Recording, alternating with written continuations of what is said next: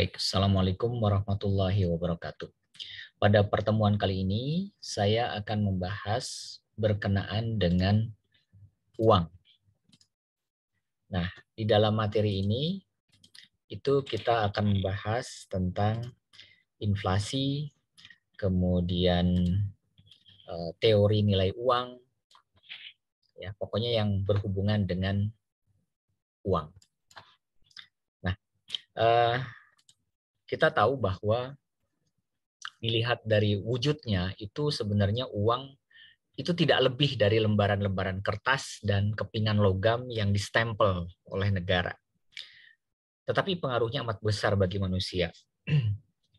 Untuk mendapatkannya orang bersedia untuk memeras keringat bahkan sampai pergi ke luar negeri ya, ke Hong Kong, ke Taiwan, ke Brunei ya, untuk memenuhi kebutuhan manusia yang banyak. Nah, jadi dewasa ini hampir seluruh kegiatan ekonomi itu memerlukan uang. Ya, jadi seluruh kegiatan ekonomi itu hampir memerlukan uang. Nah, termasuk transaksi jual beli, ya barang dan jasa itu dihitung semuanya dengan uang. Upah Anda yang dapat setiap bulan, gaji dibayar dengan uang. Uang seperti pelumas ya, seperti oli untuk memperlancar kegiatan ekonomi. Nah, hanya saja perlu kita mengetahui bahwa ada beberapa teori yang perlu kita pahami terkait dengan uang. Yang pertama, perlu Anda pahami dulu apa itu uang. Ya, jadi uang itu adalah alat yang berfungsi untuk mengukur, menukarkan dan sekaligus melakukan pembayaran dalam pembelian barang dan jasa. Intinya uang adalah alat untuk melakukan pembelian barang dan jasa. Nah, bagaimana syaratnya suatu benda dapat diterima sebagai masyarakat ya, sebagai uang agar sebuah benda itu dapat diberlakukan sebagai uang dalam perekonomian. Maka benda-benda tersebut harus memenuhi beberapa syarat psikologis ya, supaya dianggap uang. Yang pertama harus tahan lama. Artinya uang itu tidak mudah rusak. Kemudian nilainya harus stabil. Artinya nilai sekarang sama dengan nilai masa yang akan datang. Dengan demikian masyarakat percaya bahwa menyimpan uang itu tidak akan merugikan. Kemudian uang itu mudah dibawa-bawa. Anda bisa simpan di dompet atau Anda bisa simpan di tempat yang mudah untuk dibawa. Artinya jika melakukan transaksi, jumlah yang besar pemilik uang tidak mengalami kesulitan dalam proses pembayaran. Kemudian mudah dibagi-bagi tanpa mengurangi nilainya. Ya, kemudian yang terakhir, sebuah benda itu dikatakan uang kalau dia memenuhi syarat yaitu jumlahnya mencukupi. Artinya jumlah yang diperlukan dapat mendukung seluruh transaksi yang terjadi. Nah, itulah konsep dasar yang berkenaan dengan uang. Baik, kita lanjutkan terkait dengan materi kita berkenaan dengan uang.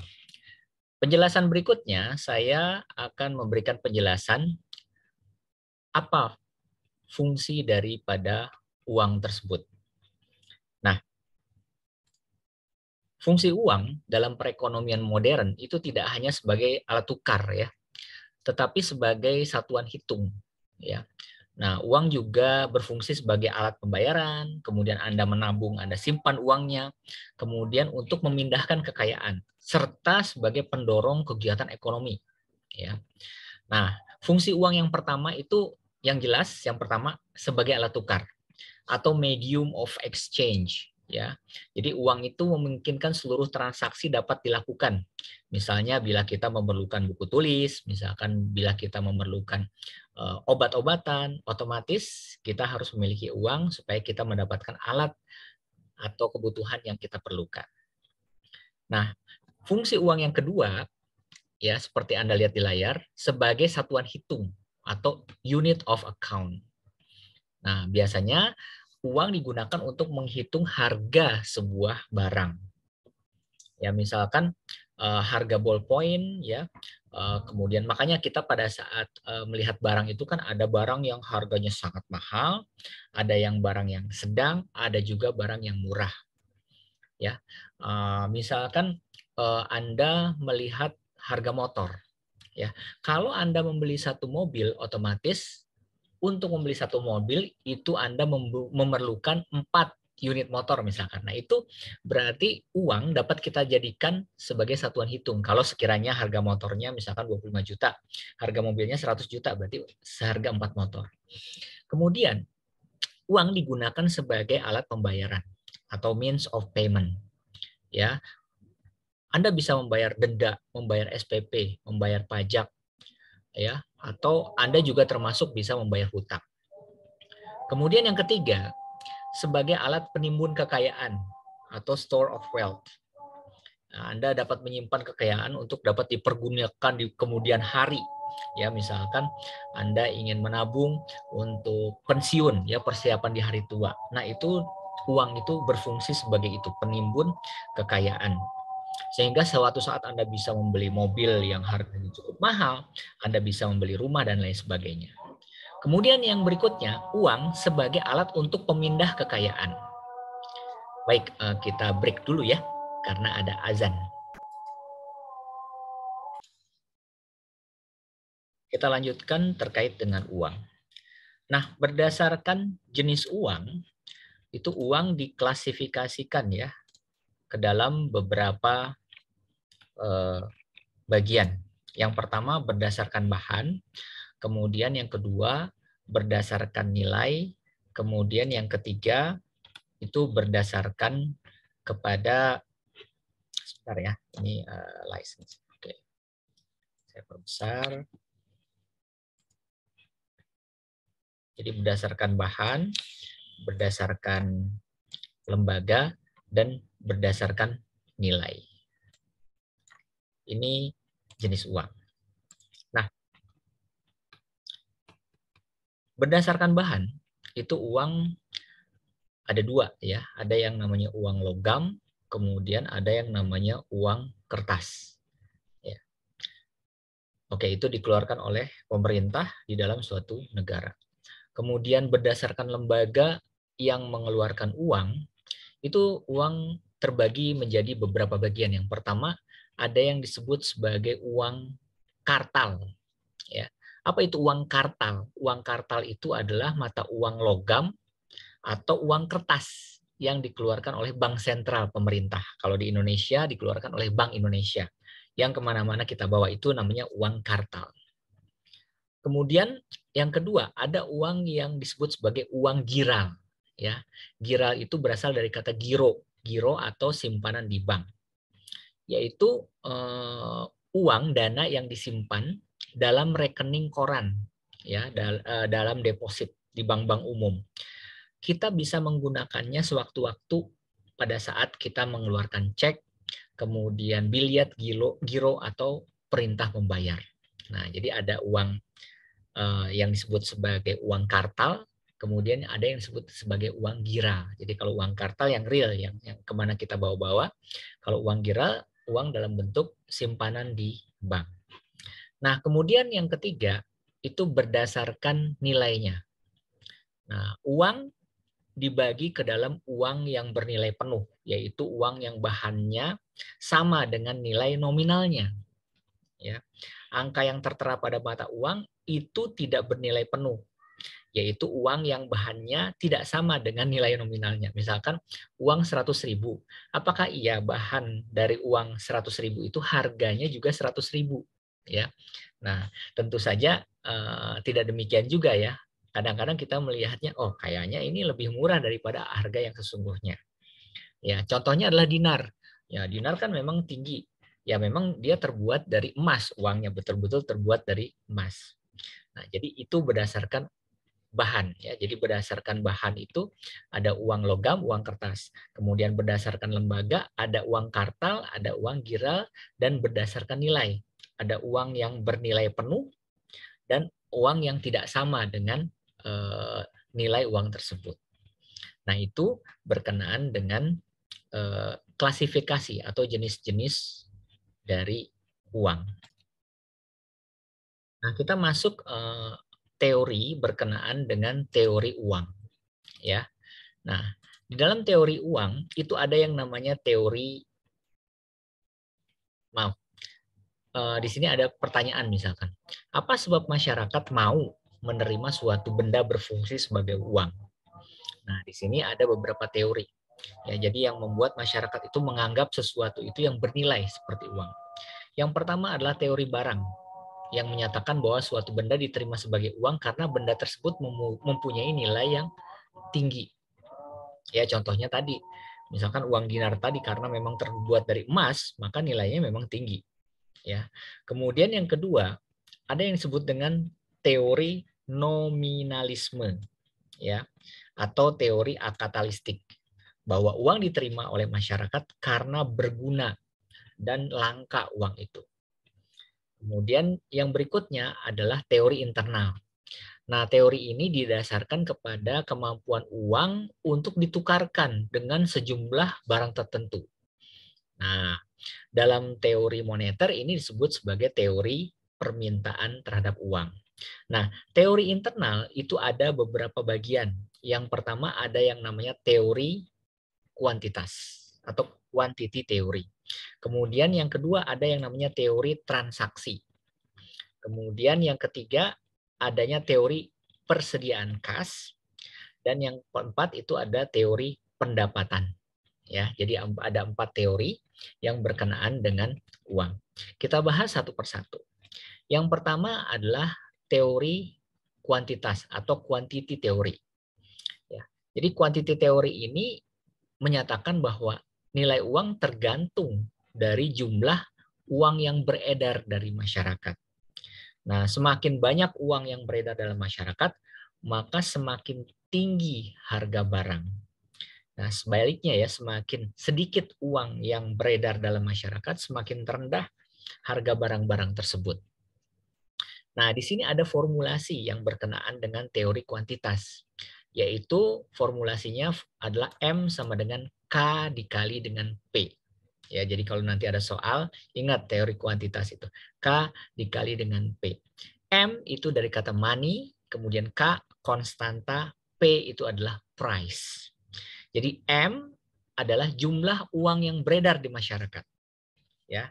Kemudian K itu adalah konstanta atau pembandingan konstantanya, kemudian P itu adalah harga barang. Jadi semakin banyak uang yang beredar di masyarakat, maka semakin tinggi harga suatu barang. Tetapi kalau semakin sedikit uang yang beredar di masyarakat, maka semakin rendah harga barang-barang tersebut. Itu berkenaan dengan teori kuantitas. Teori yang kedua itu adalah teori transaksi. Nah, teori transaksi ini dikemukakan oleh Irving Fisher yang berpendapat bahwa nilai uang tergantung dari jumlah uang yang beredar, kecepatan uang beredar, dan jumlah barang yang diperdagangkan. Nah, jadi kecepatan uang beredar itu adalah kecepatan uang itu berpindah tangan, ya, berpindah dari satu orang ke orang yang lain, dan jumlah barang yang diperdagangkan. Nah, teori daripada Irving Fisher itu formulasinya sederhana. M dikali P itu sama dengan P dikali T. Ya, sehingga kalau misalkan Anda mencari P, otomatis M dikali V dibagi dengan T. Ini adalah formulasi dari P. Kalau misalkan Anda mencari price, berapakah price? Itu rumusnya adalah M dikali V dibagi dengan T. Ya, tetapi rumus dasarnya itu adalah M kali V sama dengan P dikali T. Kita cek apa arti M kali V, P dan T-nya. M itu adalah money, yaitu jumlah uang yang beredar di masyarakat. V adalah velocity of circulation, yaitu kecepatan peredaran uang berpindah. Ya, jadi pada saat Anda gajian, kemudian besok kemudian Anda langsung transfer ke Indonesia, Anda langsung bayar ini, itu cepat gitu kan, kecepatan uang berpindah, seberapa cepat uang berpindah. Tapi ada juga orang-orang yang atau uang yang tidak cepat beredar, misalkan orang-orang yang menerima gaji di kawasan tertinggal, ya, di pedalaman. Dia dapat uang nih, tetapi nggak tahu mau dikemanakan uangnya, akhirnya ditabung saja. Ya, karena mungkin di daerah situ tidak ada mall, ya, tidak ada tempat untuk penghabisan uang, ya udah tidak cepat berarti uang itu berpindah. Kemudian P itu adalah price, ya, price itu berarti harga barang. Kemudian T itu adalah transaction of goods, ya, jumlah barang yang diperdagangkan. Ya, jumlah barang yang jadi kalau misalkan formulasi tadi yaitu seperti ini. M dikali V sama dengan P dikali T. Nah, pada saat misalkan Anda ingin mengetahui berapa P-nya, maka rumusnya gampang. Ya, P itu rumusnya adalah M dikali V, ya. Kemudian dibagi, ya, M kali V dibagi dengan T, gitu. Ya. Jadi pada saat Anda ingin tahu berapa price-nya, itu adalah M dikali V dibagi dengan T. Nah, ini kalau Anda menggunakan formulasi teori uang yang kedua tadi. Oke, kita lanjutkan terkait dengan teori uang tadi.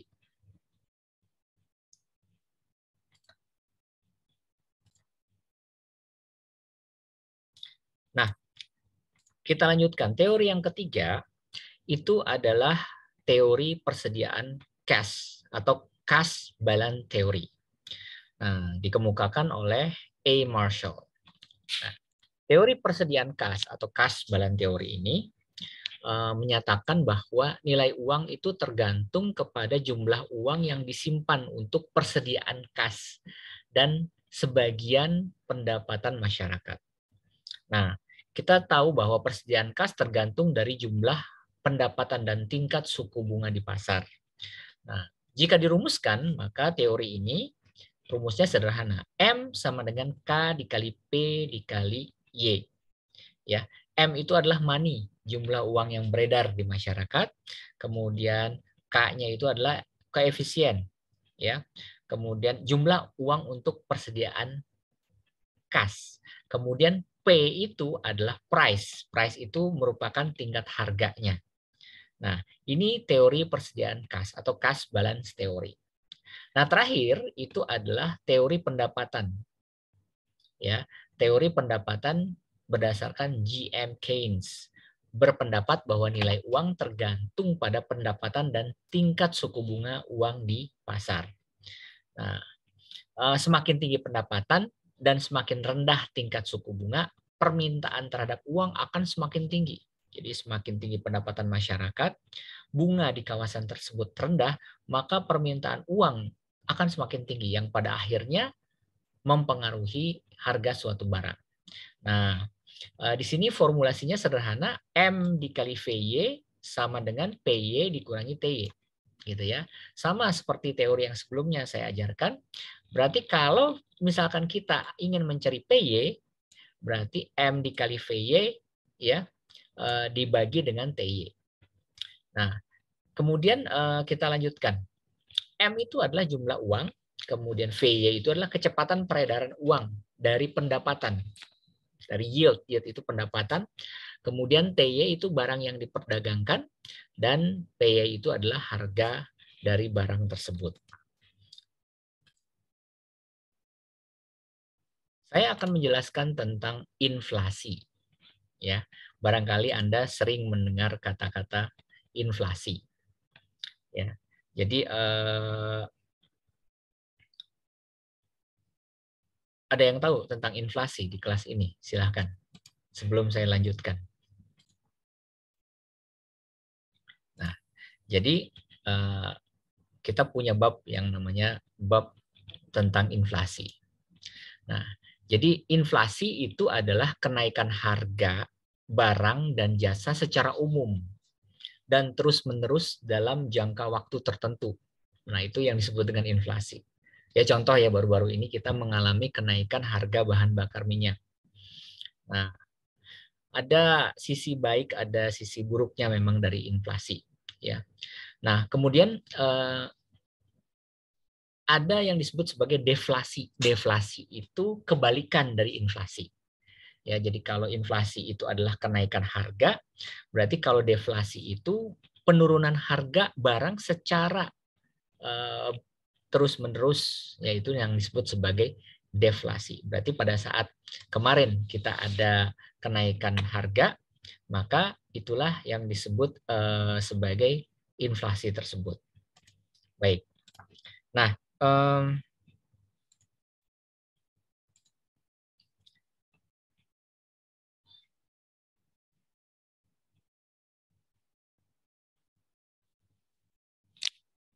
kalau misalkan ditanya, apa Pak penyebab inflasi? Nah, biasanya sejak dulu inflasi itu dihubungkan dengan jumlah uang yang beredar di masyarakat. Nah, kalau sekiranya kita pakai teori klasik, ya umumnya berpendapat bahwa tingkat harga itu terutama ditentukan oleh jumlah uang yang beredar. Maka bila jumlah uang bertambah atau bila jumlah uang beredar bertambah, maka harga-harga akan naik. Nah, tetapi ada juga teori Keynes, itu berkenaan dengan permintaan masyarakatlah yang paling menentukan kestabilan ekonomi nasional. Nah, jadi misalkan jika permintaan masyarakat, baik konsumen, produsen, pemerintah, dan luar melebihi kapasitas produksi yang ada, maka harga-harga akan semakin naik. Akibatnya timbullah inflasi. Ya, jika permintaan masyarakat terhadap daging, permintaan masyarakat terhadap beras itu tinggi, tetapi ketersediaan barang yang ada di dalam negeri atau tersebut rendah gitu. Orang yang butuh banyak tetapi barangnya nggak ada. Nah, itu penyebab terjadinya inflasi. Ya. Orang yang butuh bahan bakar minyak itu banyak, tetapi persediaan minyaknya tidak ada, maka otomatis minyak itu menjadi langka. Ya, akibatnya harganya naik. Nah, sehingga hal-hal inilah yang menimbulkan terjadinya inflasi. Nah, kalau misalkan kita mencermati ya, masyarakat itu sebenarnya tidak mengharapkan harga-harga naik ya pada masa mendatang, sehingga sebagian uang yang diterimanya itu disimpan. Ya, masyarakat mulai sadar bahwa ada inflasi. Uang yang mereka miliki tidak lagi disimpan, tapi digunakan untuk membeli barang. Nah, hal ini berarti adanya kenaikan permintaan, sehingga harga-harga terus akan meningkat. Nah, itulah yang disebut sebagai inflasi. Nah, kemudian apa sih akibatnya dari terjadinya inflasi tersebut? Ya, jadi saya masih membahas teori tentang inflasi. Nah, akibat dari terjadinya inflasi itu ada beberapa bagian. Yang pertama adalah inflasi merugikan orang-orang yang berpenghasilan tetap. Ya, karena penyesuaian upah dan gaji biasanya mengikuti penyesuaian harga dengan jarak waktu yang agak lama. Ya, dengan demikian kalau terjadi inflasi maka penghasilan real itu akan merosot. Gitu. Kemudian inflasi menyebabkan harga barang-barang ekspor menjadi mahal. Ya, sehingga ekspor kita tidak dapat bersaing dengan hasil produk negara-negara lain. Ya, dampaknya perusahaan-perusahaan atau UKM-UKM yang melakukan ekspor itu barangnya menjadi mahal. Sehingga kalau misalkan ada negara lain yang mengekspor ke negara yang sama, maka kita tidak dapat bersaing karena dari negara yang lain tersebut harganya lebih murah. Otomatis pembeli akan membeli harga yang lebih murah. Kemudian dengan adanya inflasi, orang-orang itu jadi tidak mau untuk menabung. Ya, kenapa? Karena nilai nyata uang tabungannya itu merosot. Untuk apa menabung? Nah, sehingga dampaknya adalah saat ini orang berlomba-lomba untuk mencari pinjaman. Makanya di Indonesia itu ada yang namanya pinjol, pinjaman online. Wah, itu banyak sekali. Kenapa? Ya, itu salah satu dampak inflasi. Hal ini akan menghambat ya perkembangan dunia usaha dan investasi. Jadi usaha-usaha yang ada di negara tersebut akan terhambat karena pinjaman-pinjaman tersebut. Nah, perkembangan lagi inflasi Indonesia itu ada setiap tahun, itu dipantau setiap tahun. Nah, kemudian lalu bagaimana Pak cara mengantisipasi inflasi tersebut? Nah, sebenarnya ada cara untuk mengantisipasi inflasi tersebut. Sebentar. Ini saya share.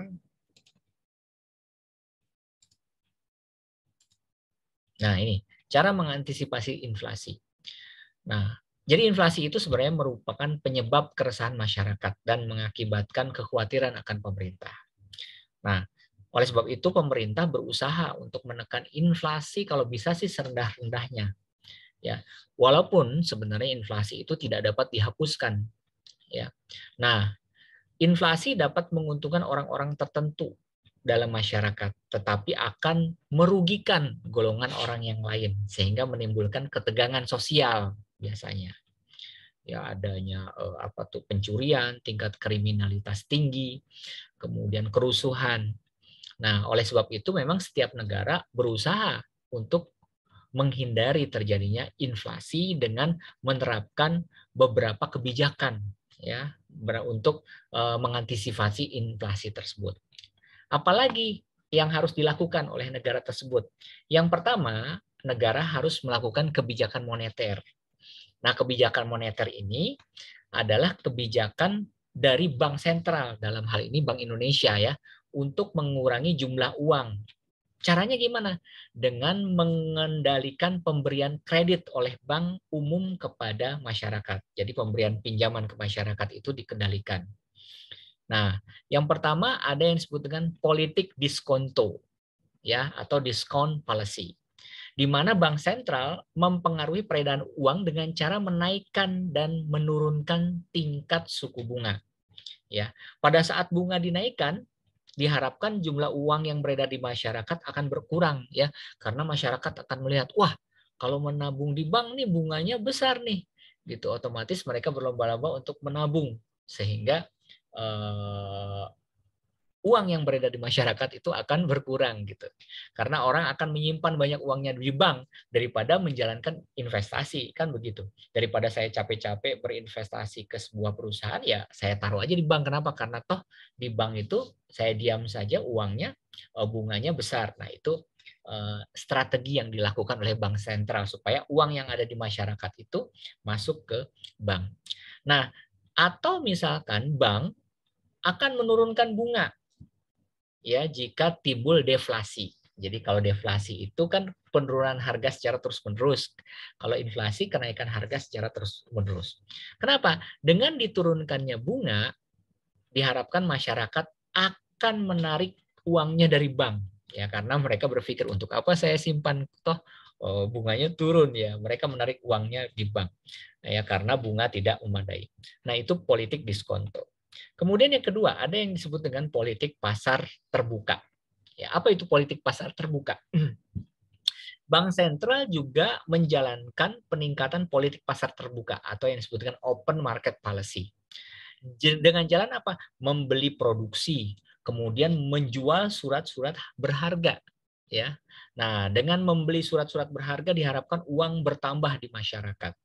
Ya, sebaliknya, tapi dengan menjual surat-surat berharga diharapkan uang akan tersedot dari masyarakat, gitu kan. Kemudian yang berikutnya adalah politik persediaan kas atau cash ratio policy. Nah, bank sentral dalam hal ini Bank Indonesia mempengaruhi peredaran uang dengan jalan menaikkan dan menurunkan persentase persediaan kas dari bank. Jadi uang cash yang ada di bank itu diturunkan. Ya, dengan dinaikannya persentase persediaan kas, maka diharapkan jumlah kredit itu akan berkurang. Nah, tetapi sebaliknya loh, dengan diturunkannya persentase persediaan kas, maka permintaan kredit diharapkan akan menjadi bertambah. Nah, itulah caranya suatu negara dalam mengambil kebijakan sehingga mengantisipasi terjadinya inflasi. Nah, kemudian untuk mengantisipasi inflasi, negara juga melakukan satu kebijakan lain yang tadi saya sebutkan, yaitu kebijakan fiskal. Ya, apa saja kebijakan fiskal? Di situ ada 3. Yang pertama itu apa? Pengaturan pengeluaran pemerintah. Ya, jadi pemerintah itu kan memiliki pengeluaran ya untuk menggaji PNS misalkan, untuk membangun infrastruktur, itu pengeluaran pemerintah. Kemudian ningkatin tarif pajak ya. Dan yang ketiga, pemberlakuan pinjaman pemerintah. Nah, itu yang disebut dengan kebijakan fiskal. Nah, kita bahas satu-satu. Yang pertama, pengaturan pengeluaran pemerintah. Nah, pemerintah benar-benar menjaga penggunaan anggaran agar sesuai dengan perencanaan. Jadi kalau yang direncanakan 2 triliun, maka yang dikeluarkan itu harus sesuai dengan 2 triliun. Nah, kalau misalkan anggaran pembelanjaan itu melewati itu, ternyata 3 triliun nih yang telah ditentukan atau direncanakan, maka akan mendorong pertambahan uang yang beredar atau sebaliknya gitu. Jadi dia harus memperketat tuh anggaran sehingga pengeluaran pemerintah itu dapat sesuai dengan apa yang direncanakan. Kemudian yang kedua, caranya adalah dengan peningkatan tarif pajak. Ya, jadi pajak itu adalah sumber penerimaan negara yang utama. Ya, karena dengan pajak negara itu kan bisa berjalan ya, bisa membangun membangun infrastruktur, membangun fasilitas publik, memberikan pelayanan kepada masyarakat, termasuk menggaji, ya, menggaji PNS, gaji menteri, gaji presiden, gaji yang akan mengurusi atau memberikan pelayanan kepada masyarakat, gaji aparat lah begitu, termasuk gaji anggota DPR mungkin ya. Nah, dari mana itu? Dari pajak. Pajak yang mana? Pajak yang dibayarkan oleh masyarakat. Kemudian yang ketiga, kebijakan fiskal itu adalah pemberlakuan pinjaman pemerintah. Dalam hal ini pemerintah meminjam secara paksa kepada masyarakat. Nah, dampak kebijakan ini dari satu pihak akan menambah pendapatan negara memang. Tetapi di lain pihak akan menambah pendapatan negara, mengurangi daya beli. Ya, karena masyarakat tidak ada lagi kan uang, maka akan mengurangi daya beli atau permintaan dari masyarakat tersebut. Nah, ini adalah kebijakan fiskal. Nah, kemudian ada juga kebijakan moneter yang dilakukan oleh suatu pemerintah dalam suatu negara dalam mengantisipasi inflasi. Ya, kebijakan moneter ini misalkan peningkatan produksi, ya. Jadi kalau produksi meningkat, walaupun jumlah uang bertambah, inflasi tidak akan terjadi. Bahkan ini menunjukkan adanya peningkatan kemampuan perekonomian. Jadi pemerintah menggenjot masyarakat untuk melakukan produksi apa saja, baik dari berbagai macam sektor, dari sektor pertanian, misalkan produksi padi, produksi dari sektor perikanan, misalkan produksi ikan tangkapan, kemudian dari sektor yang lainnya. Jadi menggenjot produksi supaya masyarakat mampu menghasilkan produk, baik untuk konsumsi dalam negeri maupun untuk diekspor. Kemudian yang kedua, untuk mengantisipasi inflasi adalah kebijakan upah. Ya, ini adalah masuk ke dalam kebijakan non moneter namanya. Apa itu kebijakan upah? Inflasi dapat diatasi dengan menurunkan pendapatan siap dibelanjakan atau disposable income masyarakat. Disposable income itu dilakukan dengan cara apa? Dilakukan melalui pajak penghasilan atau PPH. Nah, makanya kan masyarakat nih dipungut pajak penghasilan setiap bulannya. Dari penghasilan yang dia dapatkan, entah dari jasa maupun dari termasuk pemerintah, itu dipungut pajak untuk penghasilan. Dan yang ketiga, itu adalah pengawasan harga. Ya, pengawasan harga. Nah, kecenderungan dinaikannya harga oleh pengusaha dapat diatasi dengan penetapan harga maksimum oleh pemerintah. Misalkan harga pupuk. Jadi nggak bisa tuh orang sembarangan seenak-enaknya naruh harga pupuk, tetapi semuanya diatur oleh pemerintah. Nah, namun tindakan ini dapat menyebabkan timbulnya jual beli barang tanpa mengindahkan harga yang telah ditetapkan oleh pemerintah atau black market misalkan. Nah, untuk mengantisipasi keadaan itu, pendistribusian barang tersebut kepada masyarakat dilakukan oleh pemerintah. Nah, jadi contoh ya tadi pendistribusian pupuk ya itu dilakukan oleh pemerintah. Supaya apa? Supaya nggak ada pengusaha yang seenak-enaknya naruh harga yang tinggi kepada masyarakat, khususnya kepada petani. Nah, itulah 3 kebijakan yang dilakukan atau kebijakan non moneter untuk mengantisipasi inflasi tersebut. Baik, sampai di sini ada yang ingin ditanyakan? Silakan.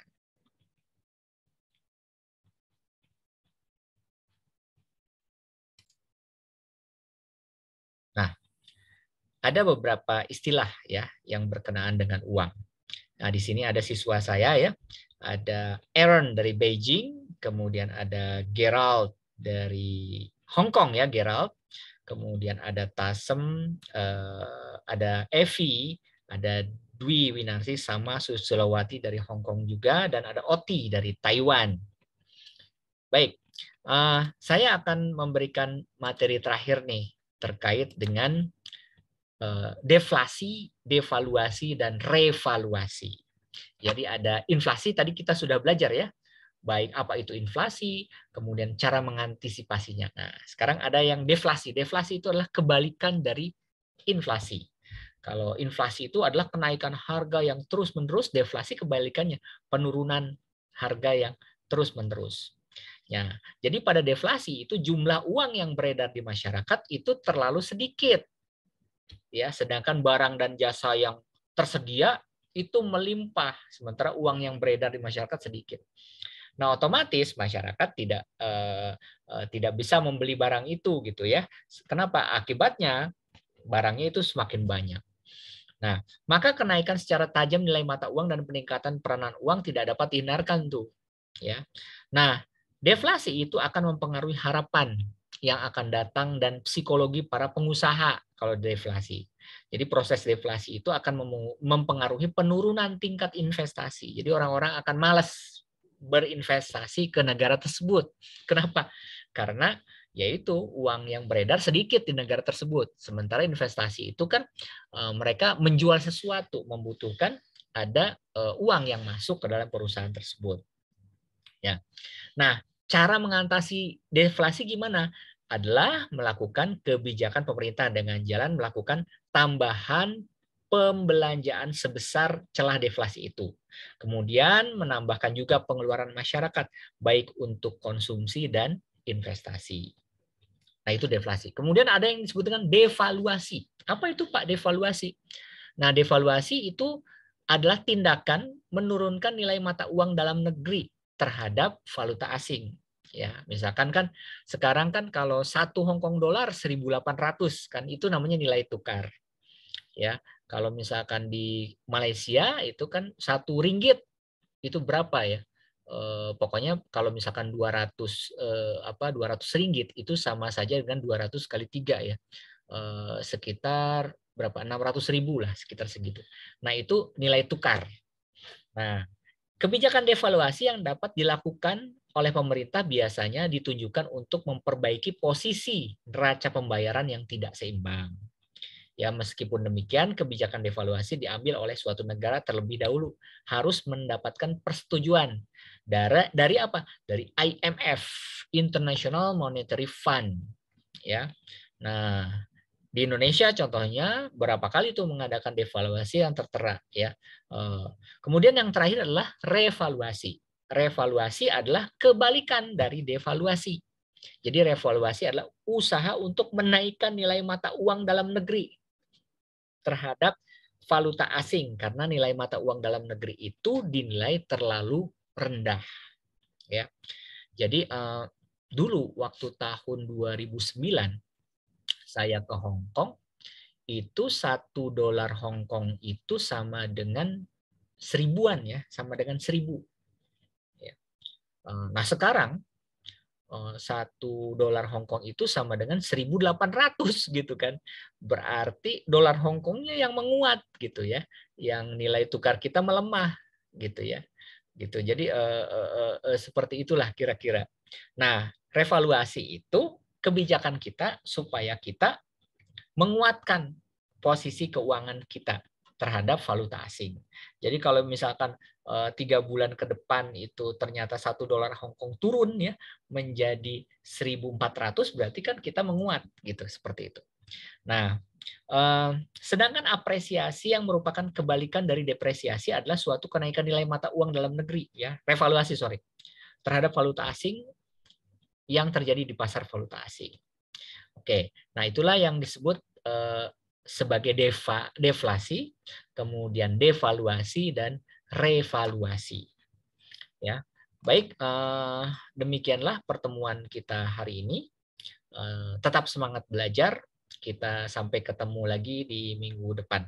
Selamat siang, siswa saya yang ada di Hong Kong, Taiwan, di Beijing. Sampai ketemu lagi minggu depan.